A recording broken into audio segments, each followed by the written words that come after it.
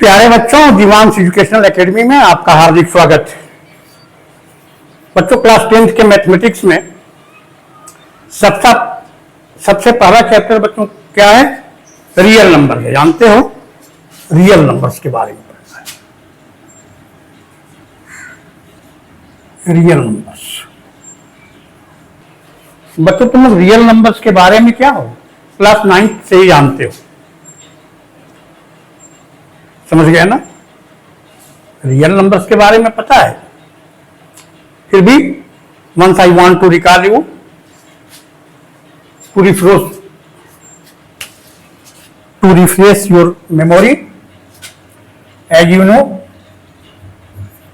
set of natural numbers, set of whole numbers,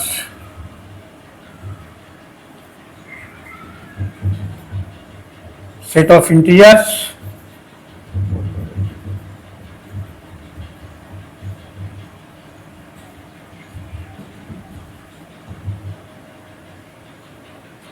set of rational numbers,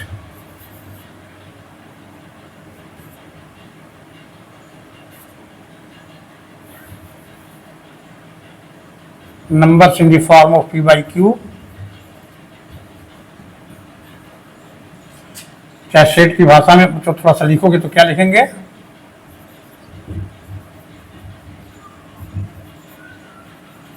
Where p and q are integers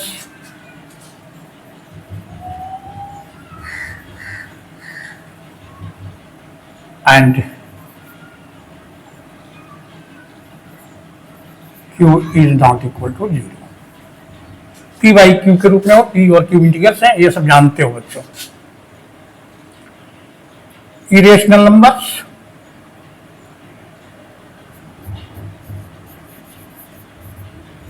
irrational numbers, √2, √3, √5 dot etc. बच्चों, real number क्या होती है? इन सभी हर number क्या है? एक set को रिप्रेजेंट करता है, समझ गया ना? और इन सभी सेट्स का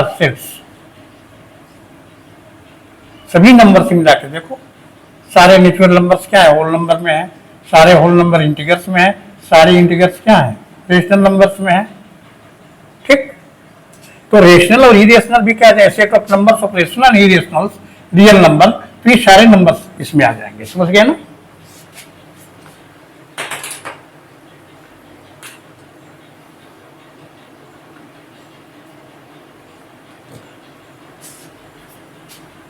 इसलिए प्रॉपर डिफिनीशन यहां लिख लेते हैं रियल नंबर की।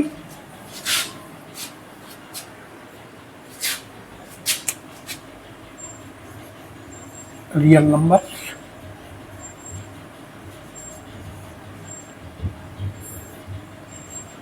a set of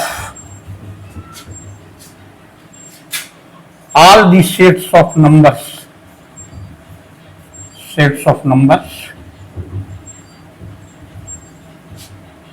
from natural to rational and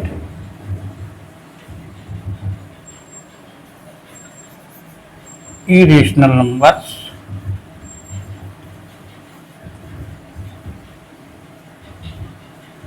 is known as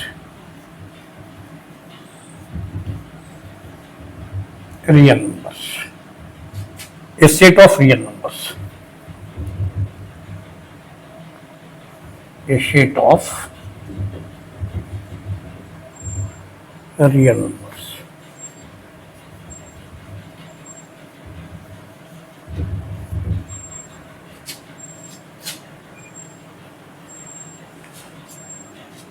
ये बच्चों, ये सब इतना पहले से जानते हो, क्लास 9th में पढ़े हो। बच्चों, क्लास 10th में दो थियरम्स बड़े महत्वपूर्ण हैं, ठीक है ना? यूक्लिड्स डिवीजन लेमा, यहीं से शुरुआत होती है तुम्हारे नंबर सिस्टम रियल नंबर्स में। यूक्लिड डिवीजन लेमा और यूक्लिड्स डिवीजन एल्गोरिथम और इसके बाद है बेसिक थ्योरम ऑफ एरिथमेटिक। समझ गए बच्चों? ये थोड़ा सा नोट कर लीजिए बच्चों। हम लोग इस चैप्टर में रियल नंबर्स में सबसे पहले दो इंपॉर्टेंट थ्योरम्स को डिस्कस करेंगे। Here we will discuss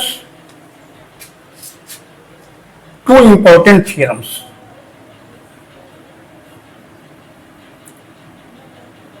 Euclid's division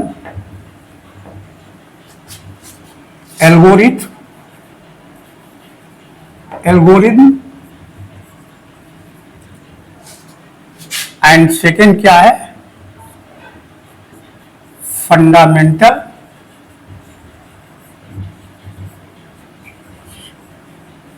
theorems, fundamental theorem of arithmetic.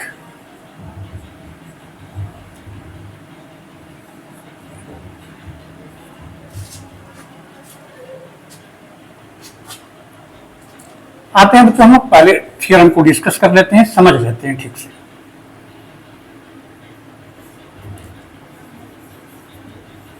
Euclid's division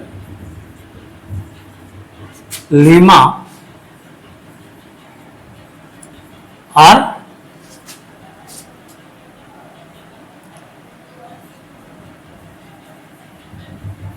Euclid's division algorithm. तो जरा इन दोनों शब्दों पर ध्यान दीजिए। समझ गए ना? लेमा और एल्गोरिथम। पहले इन दोनों शब्दों का अर्थ समझ जाए बच्चों हम लोग, तो हम ठीक से समझ जाएंगे। दोनों शब्दों में अंतर है बच्चों। लेमा क्या है?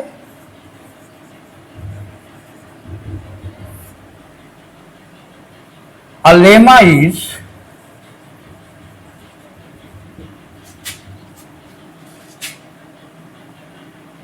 an already proven fact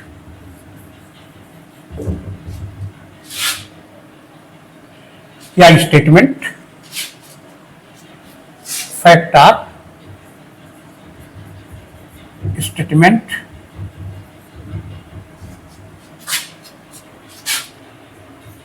that is used to prove another statement.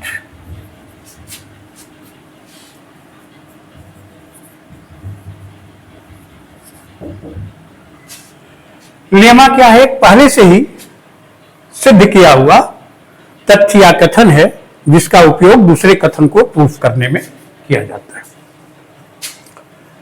जैसे बच्चों देखिए, तुम 17 से डिवाइड करो, कोई नंबर मान लेते हैं यहाँ 537, डिवाइड करेंगे तो क्या होगा?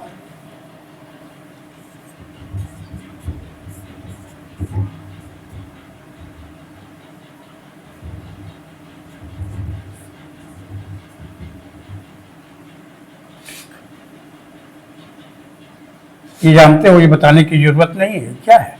डिवीजन, डिवाइडेंड, क्वोशंट और ये रिमाइंडर।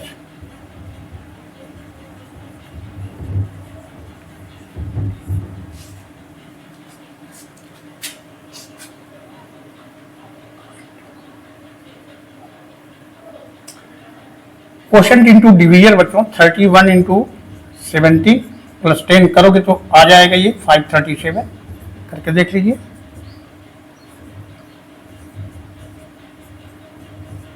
आ जाएगा ना बच्चों? ये क्या हो गया? Quotient into division plus remainder is equal to divided. क्या है ये? ऑलरेडी प्रूवन क्या है? एक फैक्ट है। समझ गए ना? और इसका उपयोग जब हम क्या करेंगे, स्टेप वाइज स्टेप करेंगे, तो उसी को क्या कहेंगे, एल्गोरिथम कहेंगे बच्चों। ये बच्चों यहां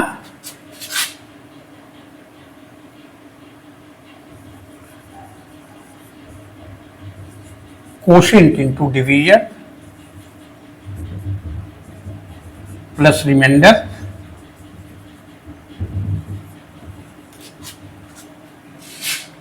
इज इक्वल टू डिवाइडेड। जब भी डिवाइड का प्रोसेस होगा बच्चों, तो ये बात आएगी हमेशा हमेशा, ठीक। तो ये क्या हो गया, ऑलरेडी प्रूवन क्या हो गया, फैक्ट या स्टेटमेंट हो गया। अब दूसरे प्रॉब्लम्स को, दूसरे स्टेटमेंट को, दूसरे फैक्ट को प्रूफ करने के लिए जब इसका प्रयोग करेंगे स्टेप वाइज स्टेप, तो उसी को करेंगे बच्चों हम लोग एल्गोरिथम, उसी को कहते हैं। एंड एल्गोरिथम ये स्टेप वाइज स्टेप प्रोसेस, क्रमबद्ध चरण दर चरण एक प्रक्रिया है, समझ गए ना। ये process by which we reach up to a solution of any problem, समझ गए ना, जिसके द्वारा हर बार एक सही, हमेशा एक सही उत्तर आएगा, समझ गए। दोनों में क्या है, एल्गोरिथम बच्चों एक प्रोसेस है, और ये क्या है, ये प्रूवन फैक्ट है, समझ गए ना। अब देखिए बच्चों कैसे हम लोग इसका प्रयोग करते हैं। इसी फैक्ट को बच्चों अगर इस ढंग से कह दिया जाए, ये क्या है, ये डिवाइडेंड और डिवीजन क्या है, इंटीजर्स हैं, पॉजिटिव इंटीजर्स हैं। अगर दो पॉजिटिव इंटीजर्स ऐसे हों जिसमें एक क्या हो, बड़ा हो एक छोटा हो, तो हमें दो इंटीजर्स और यहां मिलते हैं, समझ गया ना। ये क्वोशिएंट और रिमाइंडर मिलेंगे, और हर स्थिति में ये वाली बात क्या होगी, फैक्ट होगी, समझ गए। ये हो गया यूक्लिड डिवीजन लेमा, और इसका उपयोग करेंगे बच्चों हम लोग प्रॉब्लम्स को सॉल्व करने में स्टेप वाइज स्टेप, तो उसको कहेंगे हम लोग एल्गोरिथम। उम्मीद है बच्चों तुम्हें लेमा और एल्गोरिथम का मतलब समझ में आ गया होगा। अगर वन लाइन में डिफरेंस हम बताएं तो क्या हो गया,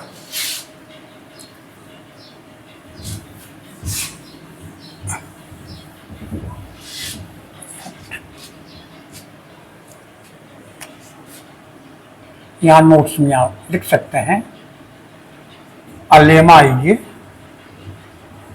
fact while algorithm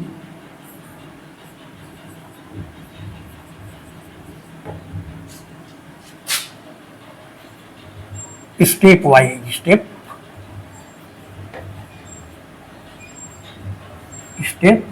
process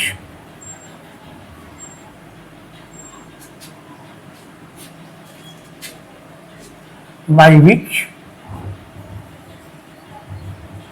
process है, ये फैक्ट है, ये याद रखिए।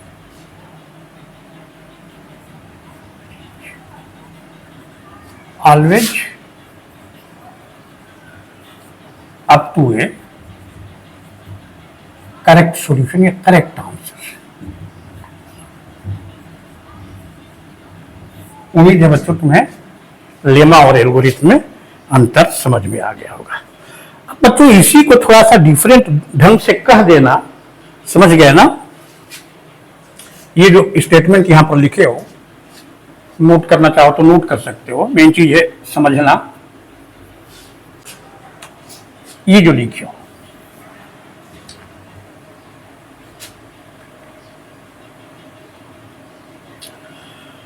अगर बच्चों ए और बी दो पॉजिटिव इंटीजर्स हैं, समझ गए, और इसमें क्या है, b is less then a, मतलब b क्या हो गया, डिवीजन, और a क्या हो गया, डिवाइडेंड। देन हमें दो और पॉजिटिव इंटीजर्स Q और R कैसे मिलते हैं कि A is equal to BQ plus R।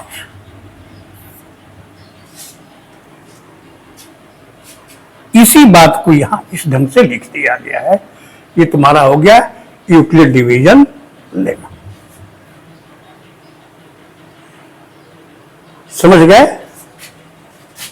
बच्चे को बड़ी दिक्कत होती है कि क्या लिख दिया, ऐसे लिख दिया गया। एक और चीज बच्चों यहां समझ लेते हैं, हम जब भी डिवाइड करते हैं, इसे 15 से डिवाइड किया हम लोग,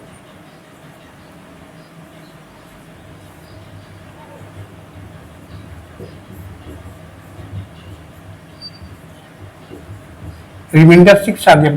ये रिमाइंडर जो बच्चों आता है या 15 से डिवाइड कर देंगे हम लोग 660 में कीजिए तो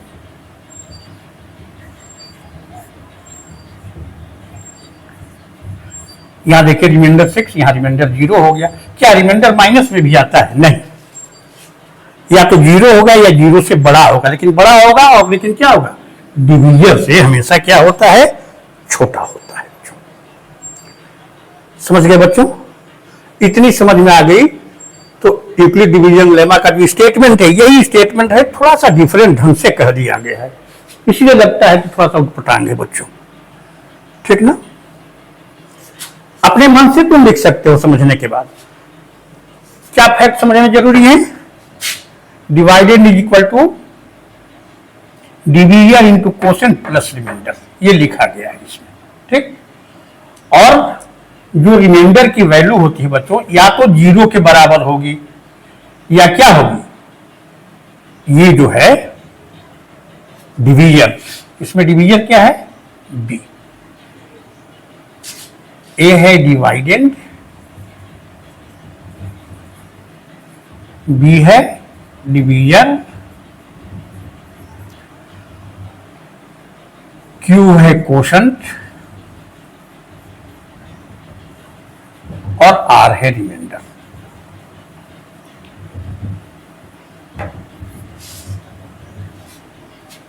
समझ गए बच्चों?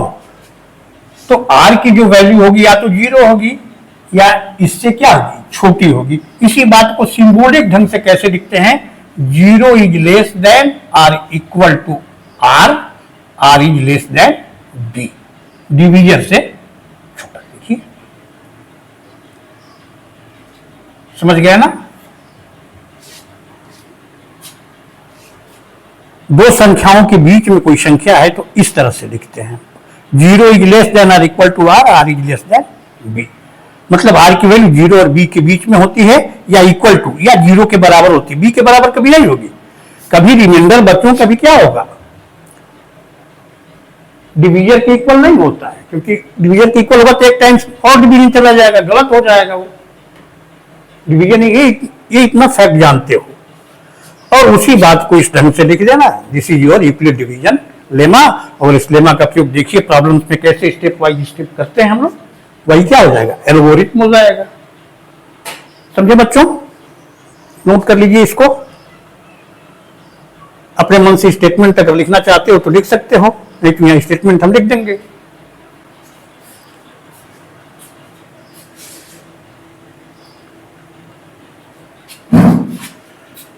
बच्चों आइए, यूक्लिड डिवीजन लेमा का स्टेटमेंट आराम से लिख सकते हो।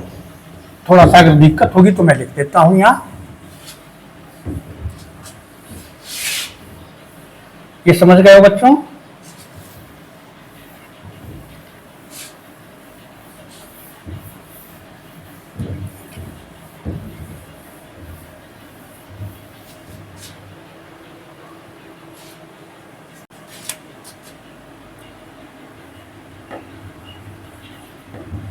Euclid's division lemma.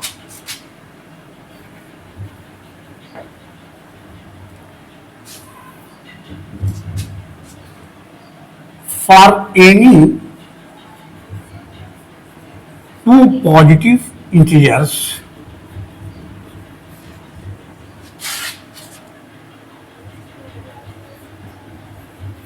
integers a and b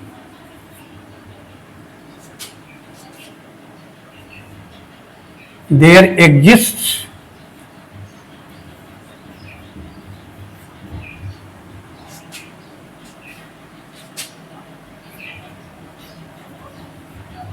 two other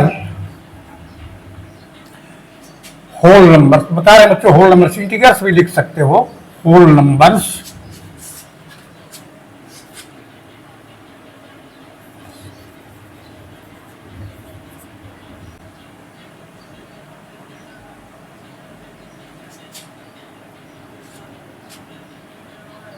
या इसको क्या कर सकते हैं, आर पॉजिटिव इंटीजर्स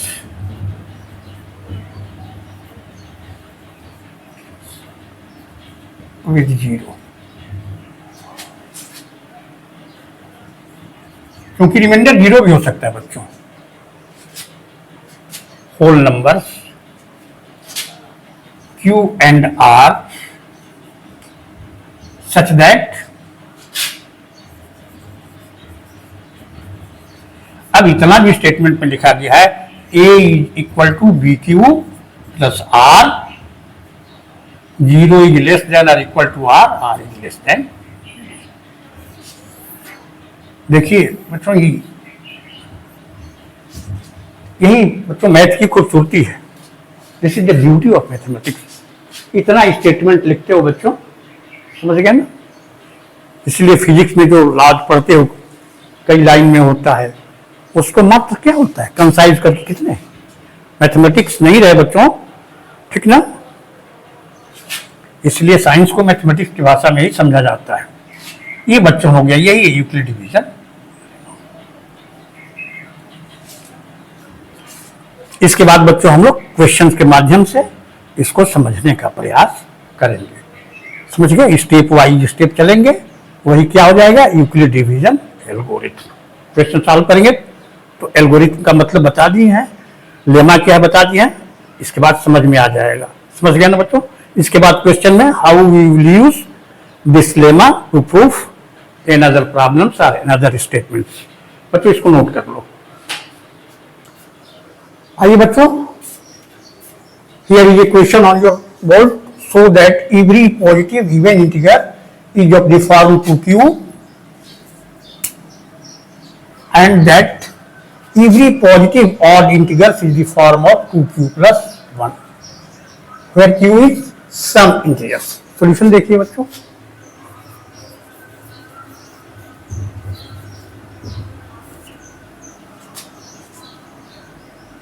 suppose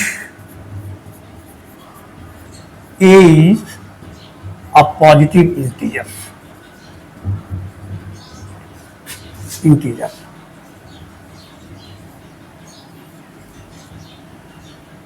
याद कीजिए ये A is equal to B Q plus R, ठीक। इसमें B की जगह पर इसे कंपेयर कीजिए बच्चों, क्या है 2 है, समझ गया ना। Then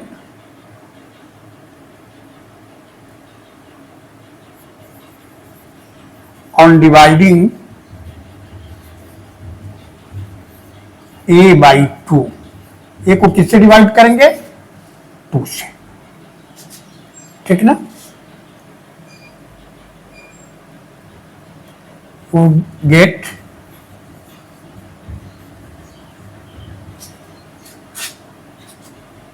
two integers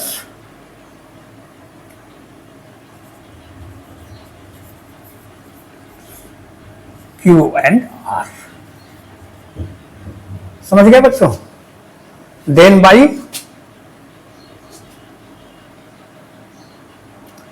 by Euclid's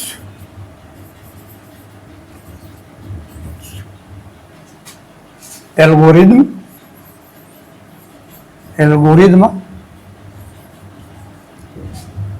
A is equal to BQ plus R, 0 is less than or equal to R, R is less than B।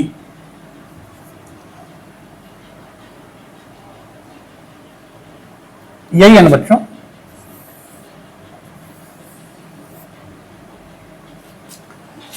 अब यहां पर क्या है बच्चों, ये तो है 2 से डिवाइड किए हैं, तो क्या लिखेंगे 2q प्लस r, और यहां पर b क्या है बच्चों 2, तो 0 इज लेस देन और equal to r is less than 2, मतलब r की वैल्यू 0 और 2 के बीच में होगी या 0 के बराबर।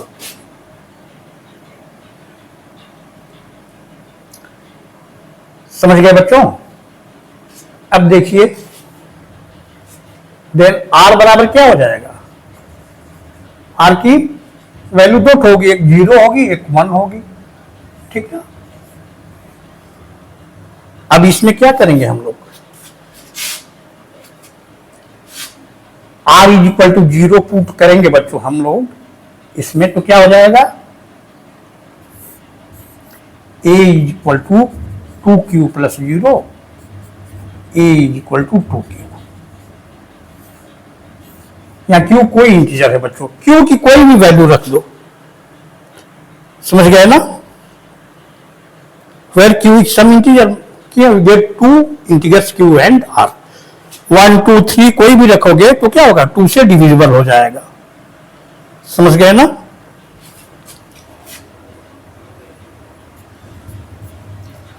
अब r की वैल्यू 1 लेते हैं तो क्या आ जाएगा, a is equal to 2q plus 1।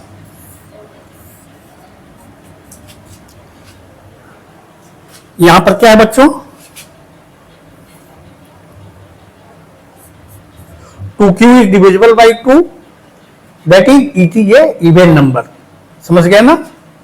q की कोई भी वैल्यू रखो जो आएगा वो 2 से डिविजिबल होगा, और जो 2 से डिविजिबल होता है पॉजिटिव इंटीजर उसको क्या कहते हैं, इवन नंबर कहते हैं। तो कोई भी इवन नंबर की इस फॉर्म में होगी 2q के, clearly 2q is completely divisible by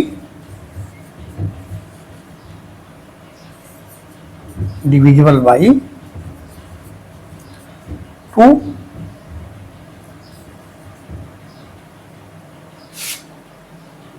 for any integers, any value of q, hence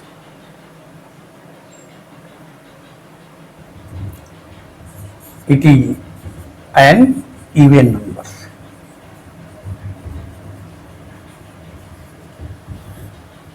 समझ गए बच्चों?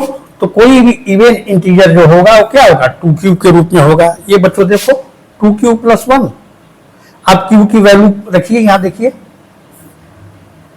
q इज इक्वल टू 0 रख दीजिए तो क्या आएगा 2 इंटू 0 प्लस 1 आ जाएगा 1, 2 से डिविजिबल नहीं है। q इज इक्वल टू 1 रखिए तो क्या आएगा 2 इंटू 1 प्लस 1 क्या आ जाएगा 3, 135 क्या आ रहा है बच्चों, देखे हो ना ऑड नंबर आ रही है। यहां पर 1 2 3 रखिए तो क्या आ जाएगा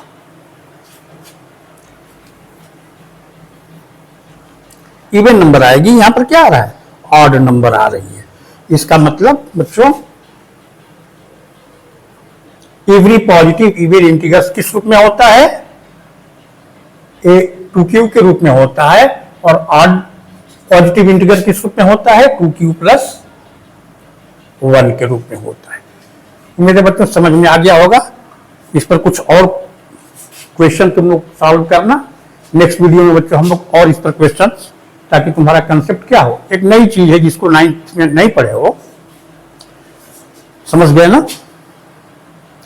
हालांकि है पहले से ही जानते हो, ये बस थोड़ा सा इसको ढंग से लिखना हो गया, लिखने का तरीका थोड़ा भिन्न हो गया। नीचे वाले क्लास में पढ़ते थे भाज्य इज इक्वल टू भाजक गुणे, भाज्य इज इक्वल टू क्या हो गया भाजक इंटू भागफल प्लस एस, उसी को इस ढंग से लिख दिया गया, वही हो गया यूक्लिड डिवीजन, तुम्हारा लोगरिथम हो गया। स्टेप वाइज स्टेप हम लोग क्या किए हैं, उपयोग किए हैं इसका, यही एल्गोरिथम हो गया यहाँ रिजल्ट तक पहुंचने के लिए। मेरे बच्चों तुम लोग को समझ में आ गया होगा। कुछ और क्वेश्चन सॉल्व कीजिएगा। पहले बच्चे हम लोग एनसीईआरटी सॉल्व करेंगे। समझ गए ना, complete without skipping any topic, any concept और एनी प्रॉब्लम, चाहे वो ऑब्जेक्टिव हो या सब्जेक्टिव हो, कोई भी, चाहे एमसीक्यू हो या लॉन्ग क्वेश्चन हो, हम लोग स्टेप बाय स्टेप बच्चों करते जाएंगे। ठीक, कल इस पर से और कुछ क्वेश्चन बनाएंगे और इसके बाद क्या समझेंगे बच्चों, कल हम लोग